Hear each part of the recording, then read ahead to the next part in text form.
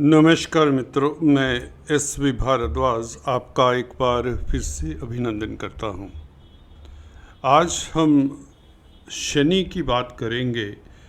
शनि दोस्तों कल से 28 अप्रैल से नक्षत्र परिवर्तन कर रहे हैं और अपने ही नक्षत्र में गोचर करेंगे। उत्तरा भाद्रपद नक्षत्र में गोचर करेंगे, जो कि ये शनि का अपना नक्षत्र है। पुष्या नक्षत्र और अनुराधा नक्षत्र भी शनि के ही नक्षत्र हुआ करते हैं। दोस्तों, एक सिंपल सा एस्ट्रोलॉजी का, ज्योतिष का सिद्धांत है। जब भी कोई ग्रह अपनी राशि में, अपने भाव में गोचर करता है तो वह सुखद फलदायी होता है, व्यक्ति को तरक्की देता है, सफलता देता है। परंतु ऐसे ग्रह की ये कंडीशन है, याद रखिए।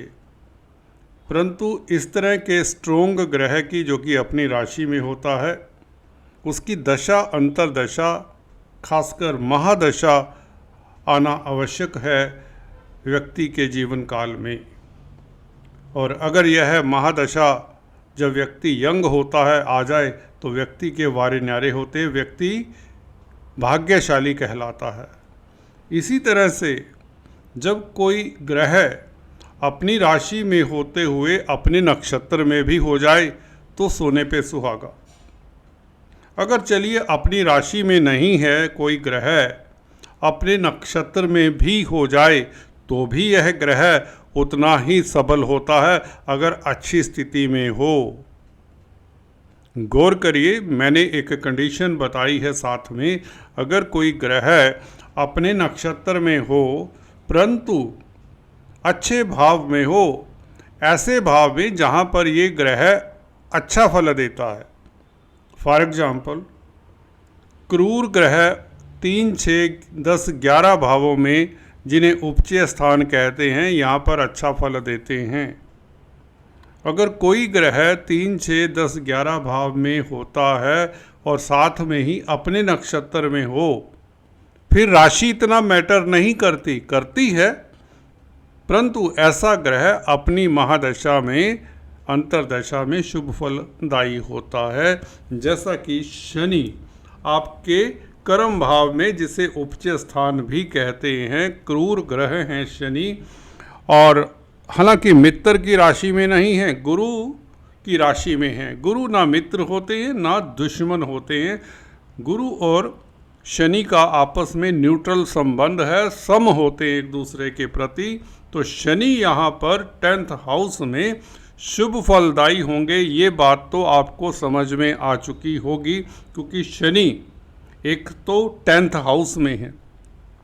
10वें भाव में काल पुरुष की कुंडली में, क्योंकि मकर राशि आती है, ये शनि का ही भाव है। अपने भाव में देखिए, काल पुरुष कुंडली को भी ध्यान में रखना चाहिए। यहाँ पर 10 नंबर आता है तो शनि का ये भाव कहलाता है। यहाँ पर शनि बहुत स्ट्रोंग होते हैं। परंतु आपके लगन राशि के लिए यहाँ पर, क्योंकि मीन राशि आ रही है जो गुरु की राशि है, तो गुरु भी शनि के शत्रु तो नहीं होते। अगर मित्र नहीं है तो शत्रु भी नहीं होते। इस नाते शनि भी यहाँ पर राशि के हिसाब से भी देखें तो कमज़ोर नहीं होते। तीसरे, शनि कल से 28 अप्रैल से लेकर 3 अक्टूबर तक, ये तकरीबन 5-6 महीनों का सफ़र होगा शनि का। यहाँ पर अब विराजमान रहेंगे। नक्षत्र भी उत्तरा भाद्रपद रहेगा, जो बहुत उत्तम नक्षत्र होता है। ये विलक्षण नक्षत्र है, ये बहुत दुर्लभ नक्षत्र है। किस्मत वालों का जन्म इस नक्षत्र में हुआ करता। दोस्तों, पुष्या नक्षत्र में भी लोग काफ़ी जन्म ले लिया करते हैं। अनुराधा नक्षत्र भी बेहतर माना जाता है, हालांकि पुष्या नक्षत्र भी बुरा नहीं है। तो उत्तरा भाद्रपद नक्षत्र तो कमाल करता है। इसमें शनि का होना व्यक्ति को सफलता और कैरियर में ऊंचाइयां मिलने के 102% योग बनते हैं। वो कैसे, इसके ऊपर साफ साफ बिल्कुल क्लियर कट विश्लेषण करके बताऊंगा कि क्यों शनि उत्तरा भाद्रपद नक्षत्र में 5 महीने तकरीबन अब रहेंगे, आपके कर्म को चमकाने वाले, आपके कैरियर को चमकाने वाले हैं, आपकी इज्जत मान स्टेटस को बढ़ाने वाले हैं। जी हाँ दोस्तों, बहुत रोचक होने वाला है ये चर्चा, कहीं भी छोड़कर मत जाइए, बिना स्किप किए हुए इस चर्चा को देखेंगे तो आपको समझ आएगा, अन्यथा आपको आधा अधूरा ही समझ आता है। अक्सर आप स्किप करके वीडियोस देखते हैं और बाद में उल्टे सीधे कई बार मैं कमेंट देखता हूं। तो चलिए, एनीवेज आपकी जैसी इच्छा। अगर आप पहली बार हमारे इस चैनल पर आए हैं तो एक औपचारिकता आपसे निवेदन है, कृपया सब्सक्राइब करने के पश्चात बेल आइकन को प्रेस किया करें ताकि आपको हमारे लेटेस्ट अपडेट्स मिलते रहें। नहीं तो मैं अक्सर कमेंट्स पढ़ा करता हूं कि आप मिथुन राशि की वीडियोस एक महीना नहीं डालते। ऐसा नहीं है, देखिए 15-20 दिन में, 10 दिन में आपके लिए भी वीडियो हाजिर रहती है। मैं फिर से हाजिर हूं और बहुत ही लाजवाब टॉपिक के साथ हाजिर हूं। बहुत महत्वपूर्ण है ये आपको बताना कि कर्म भाव में, दशम भाव में, उच्च स्थान में क्रूर ग्रह का बैठना अपने आप में ही अच्छा है, अपने आप में ही दुर्लभ राजयोग बनाते हैं शनि, परंतु अपने नक्षत्र में। चलिए ये नक्षत्र को जान लें पहले। आप कहेंगे नक्षत्र के बारे में भी बता दें पहले, तो फिर समझ आए कि शनि क्यों इसमें अच्छा फल देने वाले हैं। बिल्कुल ठीक। देखिए, उत्तरा भाद्रपद नक्षत्र में जो जातक पैदा होते हैं उनमें एक खास चमक सी होती है, विल पावर कहें तो होती है, लीडरशिप क्वालिटीज भी आप कह सकते हैं। जो भी काम पकड़ लेते हैं उसकी तह तक जाने वाले होते हैं। उनको अपने आसपास होने वाली घटनाओं को जानने की इच्छा भी होती है और उन घटनाओं को गहराई से पकड़ते हैं, गहराई में जाते हैं। जो भी साथ आस पड़ोस में कोई बात होती है उसको वो समझते हैं, गहरे में जाते हैं और तब रिएक्ट करते हैं, तब अपना एक मापदंड बनाते हैं, एक अपनी सोच बनाते हैं उस घटना के बारे में, उस बात के बारे में। रिश्तों को लेकर हो, नौकरी को लेकर हो, व्यापार को लेकर हो, सोसाइटी को लेकर हो, उनका मापदंड ऐसे ही बनता है, गहराई में जाकर सोचते हैं और फिर विश्लेषण करते हैं, और ये इनकी सफलता की कुंजी होती है। बेसिकली इंटेलिजेंट होते हैं निश्चित तौर से। इंटेलिजेंट होने के साथ साथ इनमें एक और खासियत होती है, इनमें कम्युनिकेशन की जो एबिलिटी है, जो वाक पटुता की, जो स्पीच की, जो वाणी की एबिलिटी है, वो बहुत बेहतर है।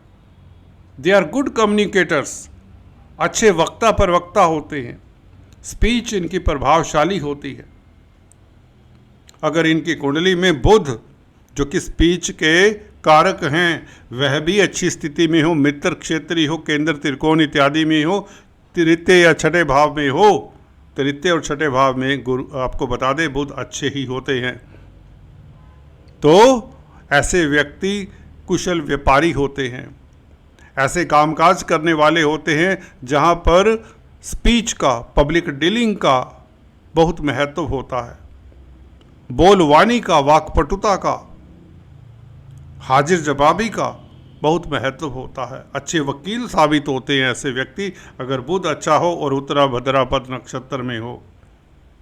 आसमान की बुलंदियां छूते हैं ऐसे वकील, ऐसे टीचर, ऐसे प्रोफेसर, ऐसे गाइड, ऐसे व्यापारी, ऐसे लीडर, ऐसे नेता, क्योंकि एक तो शनि का नक्षत्र है जो गहरे सोचने पर मजबूर करता है, दूसरे कम्युनिकेशन एबिलिटी, और बुध भी अगर अच्छा हो तो व्यक्ति राजा होता है, डिटर्मिनेशन की कमी नहीं होती। ऐसे व्यक्ति इसीलिए काफ़ी खुश भी रहते हैं, बहुत खुश रहते हैं, ईमानदारी से अपने काम को करने वाले भी होते हैं। अगर इनके 4th हाउस में अशुभ प्रभाव ना हो, लगन के ऊपर अशुभ प्रभाव ना हो, तो यह काफ़ी ईमानदार हुआ करते हैं दोस्तों। ये एक्सपीरियंस की बातें बता रहा हूँ, इन्हें नोट कर लें तो बेहतर होगा। अगर फोर्थ हाउस और लगन के ऊपर शुभ ग्रहों का प्रभाव हो तो ऐसे व्यक्ति समाज सेवी हो सकते हैं, अच्छे साइंटिस्ट हो सकते हैं, अच्छे व्यापारी हो सकते हैं, जिस भी फील्ड में हों चलिए ईमानदार होंगे। हालांकि आजकल चिराग लेकर ढूंढेंगे भी तो ईमानदार व्यक्ति मुश्किल से ही मिलेगा।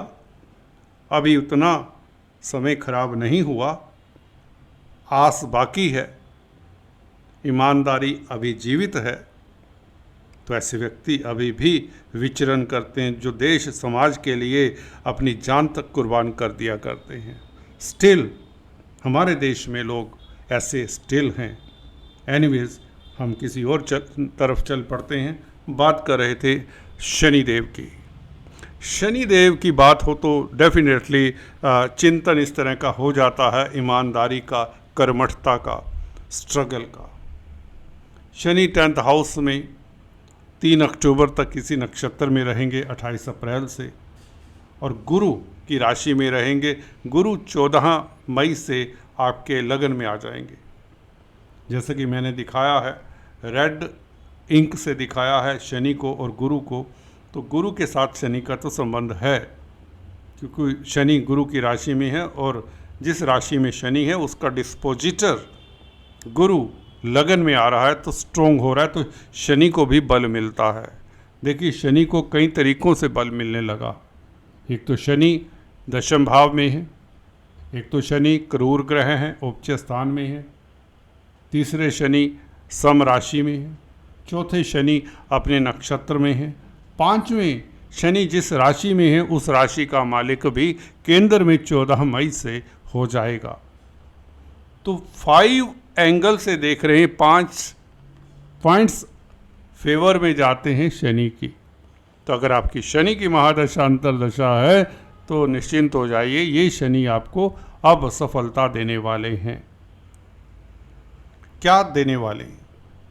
आप अच्छे राजनीतिज्ञ साबित होंगे, आप अच्छे बिजनेसमैन साबित होंगे, शनि से संबंधित कामकाज करने वालों के लिए वारे न्यारे होंगे।